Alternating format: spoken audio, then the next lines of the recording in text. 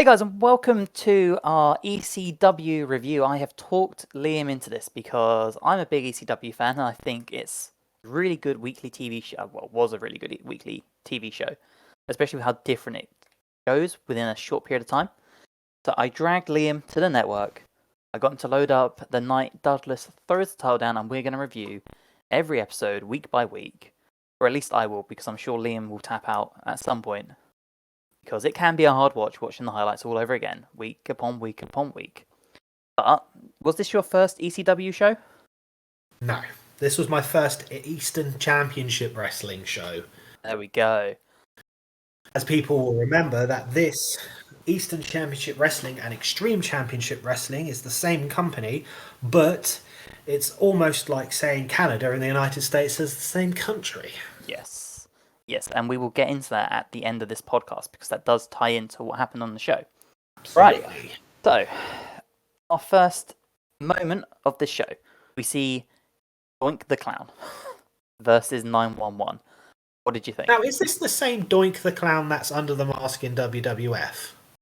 This was the original Doink Matt Bourne, who I believe was fired for being an alcoholic or something like that. I can relate. Which, again, we will see a bit later on. Yeah, so this is Matt Bourne Doink versus 911.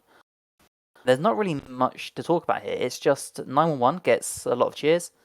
It's like 3 choke slams, and Joey Styles just shits on the clown. So, going back to this, I did some research on 911. He was only actually professionally wrestling for about 2 years in ECW.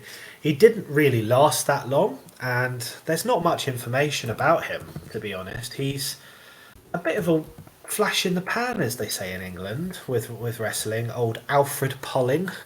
He's only 66 now. It says he retired in 2020, but after his run in ECW, his profile was 1, 2, 3 lines on Wikipedia. Oh, damn. I mean, he did win Butt Sniffer of the Year from Dave Meltzer in 1994. I do not know this award. Pro Wrestling Illustrated Award Rookie of the Year, 1994. Probably before Dave Meltzer had his stroke and decided that Twinkle Toes McFingerbang was the best wrestler in the universe. I love how much you hate Kenny Omega. I just love it. The problem, 911, he's just a gimmick. He just chokeslams dudes. Like, there's not much wrestling to... I'm reading his Wikipedia as we talk, and the words he chokeslammed are appearing on every line. Yeah, he was just a gimmick. He just chokeslammed dudes. That's all he did. So... he's got a win over Ron Simmons. That hurts my soul. He's got a win over Rey Mysterio Jr. That also hurts my soul. He lost to Too Cold Scorpion in the semi-final. Okay. Yep, we see that in this show. Anyone talking about this, anybody that is really interested in wrestling history should look up Dark Side of the Ring. There's a whole episode about the infamous Doink the Clown gimmick with some really interesting feedback from people that were actually in the industry, in the business at the time. So yes, I'm plugging Dark Side of the Ring. Vice, sue me. Hey, I mean, I'm sure Vice need all the money they can get considering they've announced bankruptcy. I mean, I think I've got more money in the bank than Vice. Probably same, and I'm in the negative. Right, 911 squashes Doink. There's literally nothing to say about it. It's basically an angle. It's not really a match. He just throws the dude around. Joey Styles shits on the clown and tells him to go back to Connecticut, and that is it. Like, you then get Styles talking about the title being thrown down, which you don't know about yet. We can hear the ECW crowd just screaming. And did you notice he does this weird little fucking forced smile thing? Like, right as he cuts off talking, he looks fucking demented. Like, he's being forced to say nice things about ECW. Yeah. Like, it was just...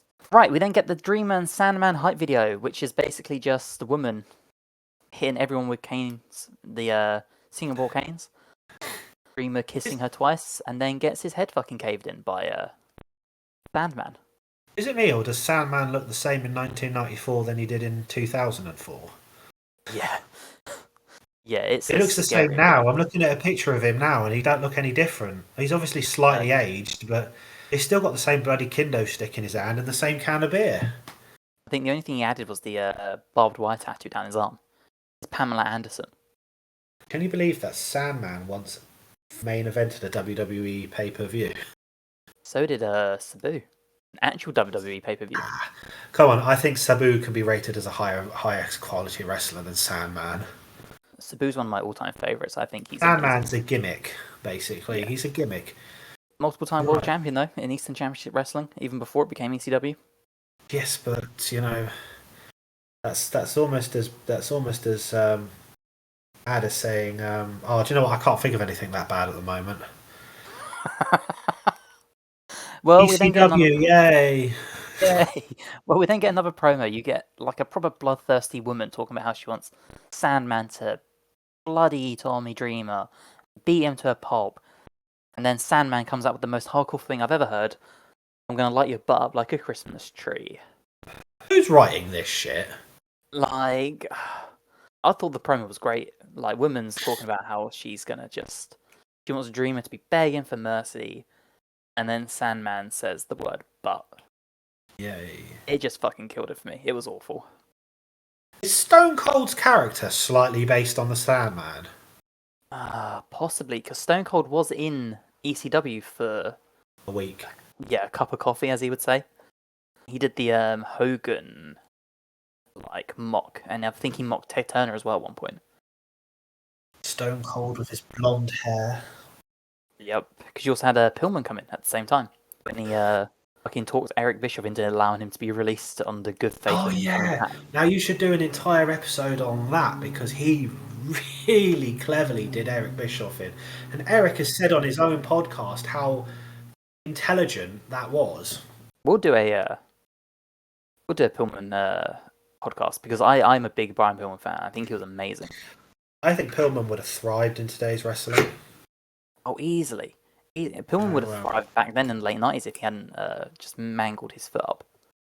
I mean, old bleeding head Moxley is a copy, isn't he, of Brian Pillman? Or they tried to, didn't they, in WWE at least?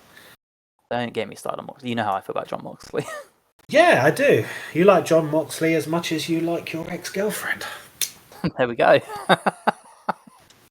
Right. We then get highlights of the Dreamer Sandman Singapore Cane match. You basically just see the end. And you get Dreamer coming out looking like a little TV host with his sparkly red jacket, which just looks fucking odd. Like he looks like he's gonna host like the Wheel of Fortune or The Price is Right or some. So that just so odd. So Tommy Dreamer is an interesting character for me because, you know, he's got a long career and people will remember him from his time in WWE and to a lesser extent tits and arse wrestling. So when I watch his matches, I can't see it. People go on about Tommy Dreamer this, Tommy Dreamer that. I don't think his matches were any good. What's your view? I like Dreamer. He has that classic like late 90s, late 80s, early 80s sort of like old school wrestler about him. A lot of Dreamer's best stuff is his promos and stuff though. Like the dude could tell a story outside the ring, and I think that's what really helped him. For example, the Raven feud is amazing. I've heard about that. I have heard about the Raven feud. I love Raven, by the way. I think Raven's whole image is amazing. The whole Raven ECW thing is so good because the whole feud is just him and Dreamer. But they segue into other bits, like you bring the Sandman in, and Dreamer's off dealing with one of Raven's lackeys for months.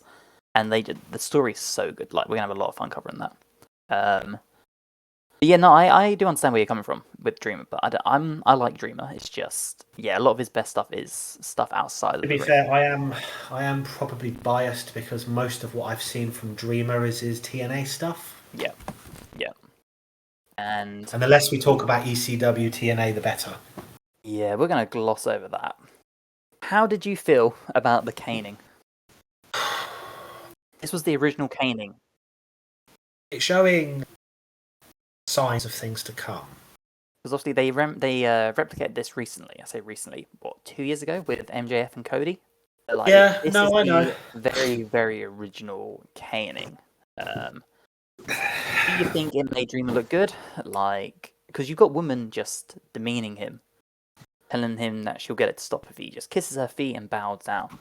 And Dreamer takes the option to get hit. Like, does it make him look like a badass? It I can see why it did to the audience at the time. You've got to remember, we're very desensitized in 2023 to this sort of thing, but back then that was quite amazing in wrestling, if you follow me. It was new, it had been done before. My favourite part about all of this, and it's not even the cane in itself, my favourite part is how you get the locker room and Todd Gordon come out and try and overthrow the decision because of the cheating that happened. Like, that's not something you see much these days. That's very NWA. That's very old style. You wouldn't get that these days. Like, I enjoyed that because the amount of shitty finishes we have to close off a pay-per-view these days. Oh yeah. I quite enjoy seeing the authority figure actually be like, well, let's put a stop to this bullshit. Was Paul Heyman in charge of Eastern Championship Wrestling back during this, or was it still Todd Gordon? Todd Gordon owned it, I believe. I think Heyman was the booker at this point. I think it was a couple more years before Heyman bought Todd Gordon out.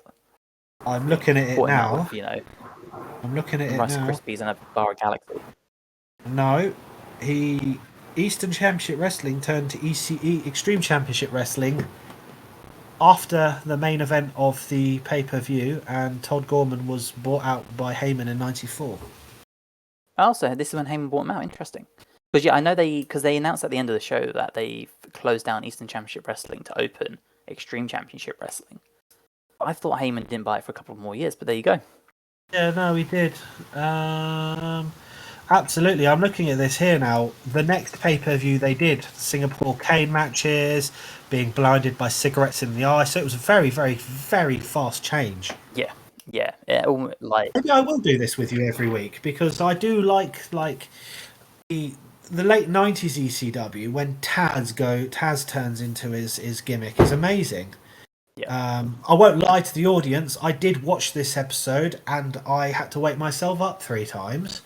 And the least we say about some of the promos, the better, because it's hardly riveting, in my opinion. But well, there is one promo I do want to talk about at one point. It's right by the end, but we'll go to it now because the big thing we need to talk about is the end of the show. But yeah, go for it. Right at the end, when the Public Enemy are spray painting the Eastern Championship flag, and fuck me, this takes forever because Johnny Rowan can't use a can of fucking spray paint. Public Enemy. Now that's a name I haven't heard for a while. This shit is so long and so awkward. Even the other one is like, oh, having trouble with the can, ha ha ha. Like, how did this get into the TV show? It's so fucking long and stupid. Oh, I mean... Well, they're spray painting their flag. It's not even like they're spray painting the wall. They're spray painting something that's just get thrown in the bin as soon as they press cut. It was so fucking awkward and bad. Oh, I mean... That's what you get when you bring in people like Public Enemy. Can't use a spray can, but there we go. Should have just put themselves through a table. I know. I don't know. Right. This is hardly the ECW of the night of the Dudley Boys, is it? Oh no, we've got a few more years for that, but we will have good things. Like we're going to have like Cactus Jack and Terry Funk setting fire to each other. Talking about Terry Funk, I had no idea. I knew of Terry Funk, but I had no idea that he won his first world title in 1977. Really? Like, he's been... And he was still doing occasional wrestling in the mid-2000s. Jesus, okay. He was born in 1944. He's 78 years old. Terry Funk is going to outlive both of us combined, and I'm okay. Terry Funk's debut, 1965. Terry Funk retired in 2017. I mean, talk about cross-generational. Yeah, like I said, this dude's going to outlive both of us, and I'm totally okay with that. If anyone's going to be immortal, it should be Terry Funk. All Japan Pro Wrestling, WWF, WCW, International Association of Japan, ECW, WWF, ECW, WCW, TNA. Ow. Crazy, isn't it? Yep. Chainsaw Charlie. Oh, now, do you know what? I do like Chainsaw Charlie. We're gonna have to talk about that, dear, because the only thing I remember about Chainsaw Charlie is the dumpster match with the New Age Outlaws.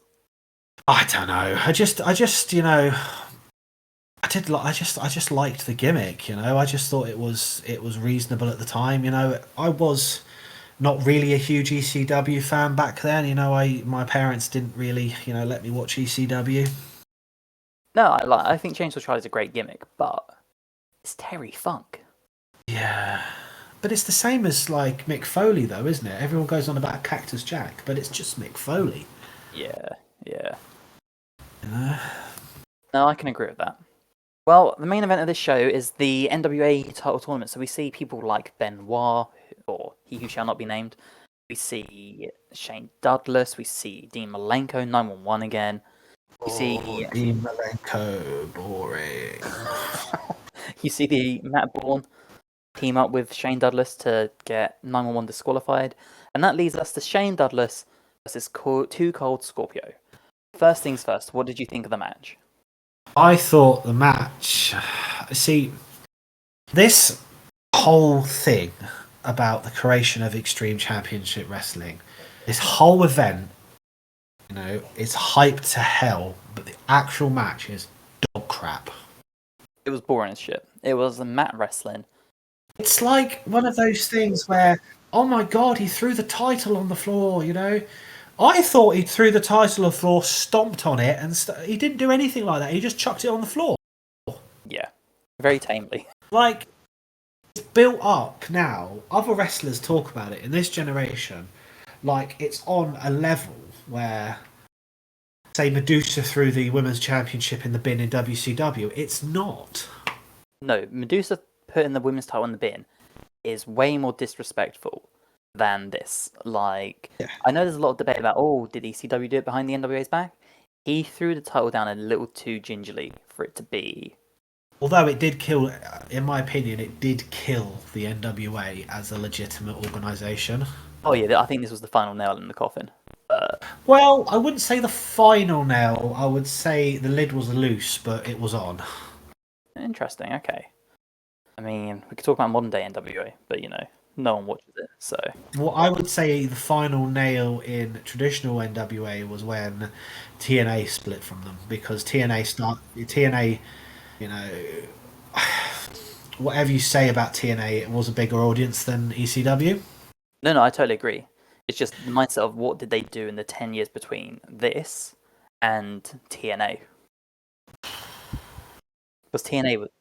I can't think of anything. Is probably saying something. Yeah. Sorry, I have to go back a minute. Terry Funk here. You know, you can chop and edit this around, Rhys, if you want. Terry Funk, Pro Wrestling Feud of the Year, 1989. Most Inspirational Wrestler of the Year, 97.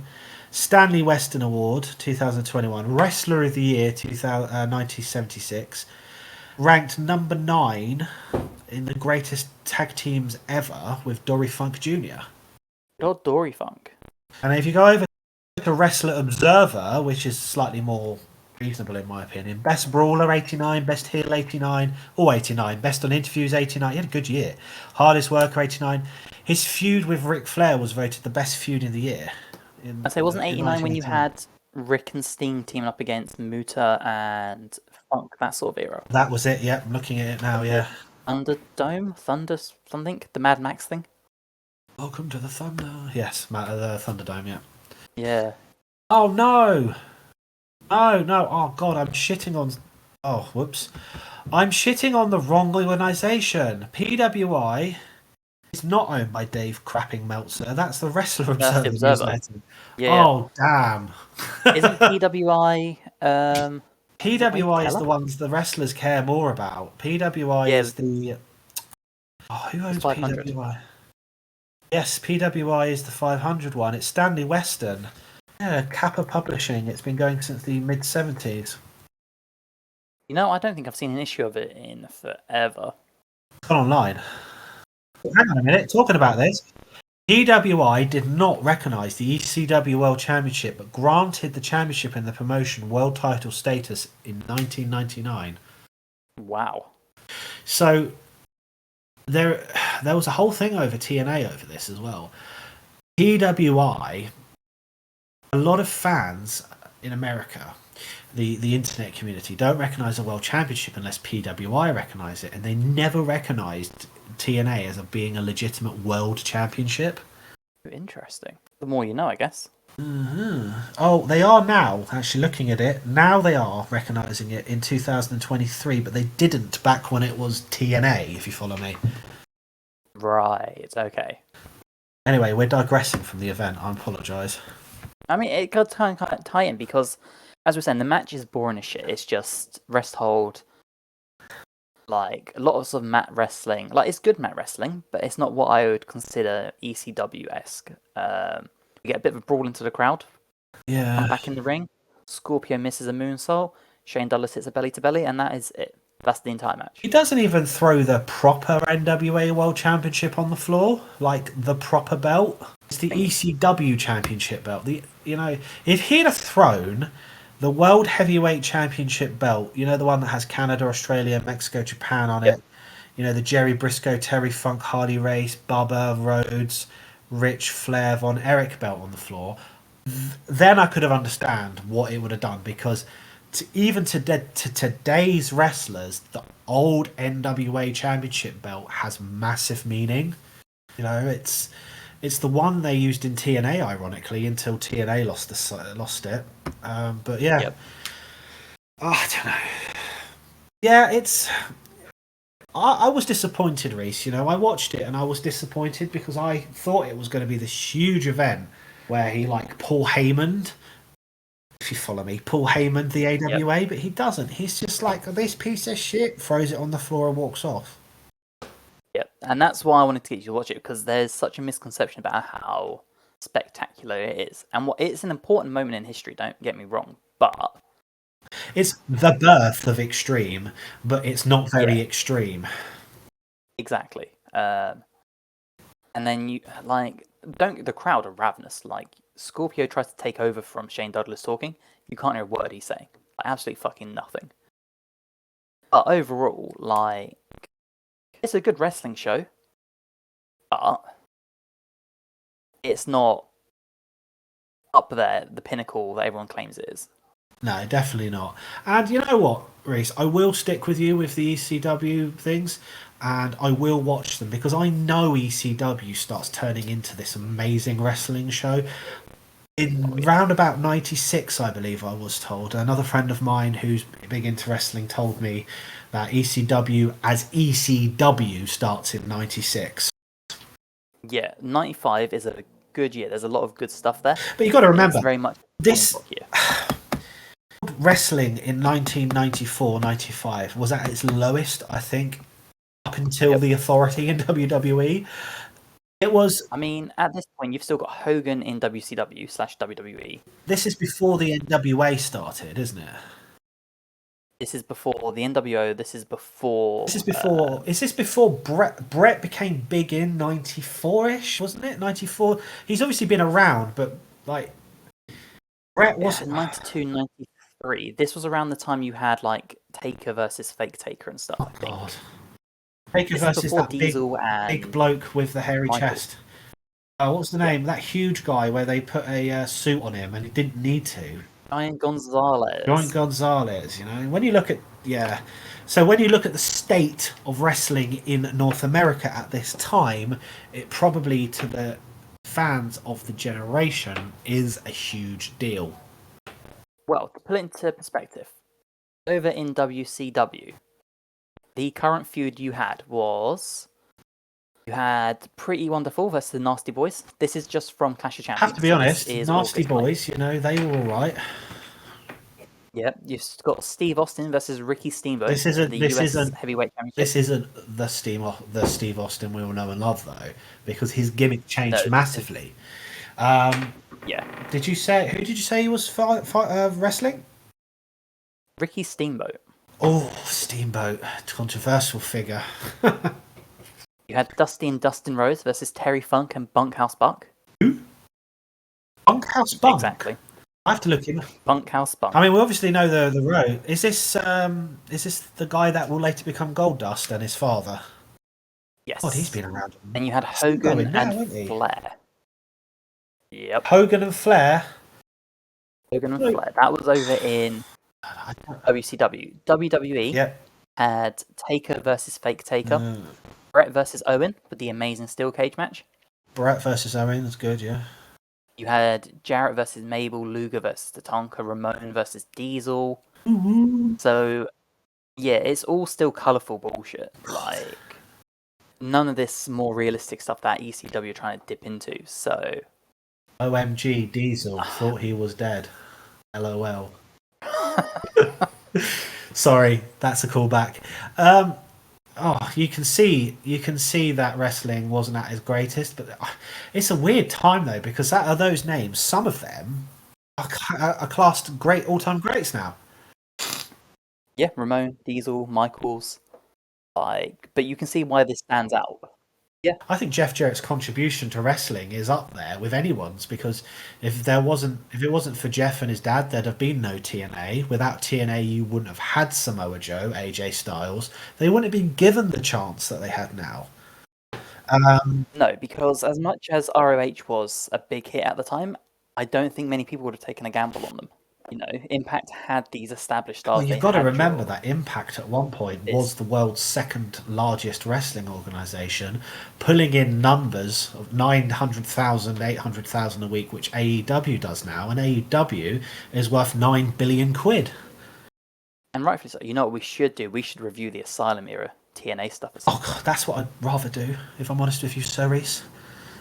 Oh, that could be a shout. Maybe we do some highlights from ECW. We'll go through, take some shows, and then we'll do the Asylum era TNA.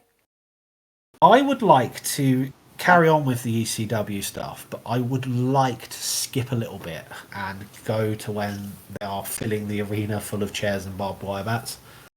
We can do that. We can find that date. We'll figure that out. No, we just keep but for this podcast, for all intensive purposes, we were reviewing the NWA ECW split, and again, it's a hyped up incident which doesn't live up to the hype now. But we are desensitized to the effect that we see Jon Moxley bleed every week, so throwing a belt on the floor isn't a big thing. But at the time, massive. Because you've got to remember, at the time when you've got a clown squirting people in the face. ECW, Eastern Championship Wrestling, Triforce Wrestling, probably the last NWA holdout since Crockett broke away. Because Crockett had only broken away, what year is it, 5 years earlier? I suppose at the time. Yeah, 89. Yeah, so I suppose at the time, NWA was still a name. Yeah, they still had that prestige, but I think this was the nail in the coffin because the company, the organisation went on, but I couldn't tell you what happened between Eastern Championship Wrestling and TNA. Isn't it owned now by the Smashing Pumpkins? Good old Billy Corgan. NWA Wrestling. World champion is Tyrus the Funkasaurus. God, the guy who nearly killed Edge. Oh, look at this. Tells you everything you need to know. What I found, we should put this image up if we can ever do. NWA Pro Wrestling Territories. Back before Vince did them out. Interesting. Stampede Wrestling. Let's have a look. Eastern Championship Wrestling. That was Philadelphia, wasn't it? Yeah, Philadelphia. I don't know if they started in Philadelphia, but that's definitely like the hub for them. Yeah. Yeah, they're not on this map, but I'll have to work out. Where's Philadelphia in America? Near Pennsylvania, so it's near So New it's York up the top. So it's a Democrat, so it's a blue state. I roughly know where that is. Okay, yeah. So at this point, they were still under Maple Leaf Wrestling Toronto. Oh, hang on, Tri-State Wrestling, yeah. Tri-State Wrestling, which became ECW, initially was New Orleans, but then moved up north. Interesting. Anyway, I apologise, listeners. I tend to digress. You get me started on something, I tend to go off and look at the history, and Rhys is going to have to control me on that. That's fine. We can do that. Yeah. So. All right. So overall, ECW, the birth of Extreme. What did we think? Not very extreme.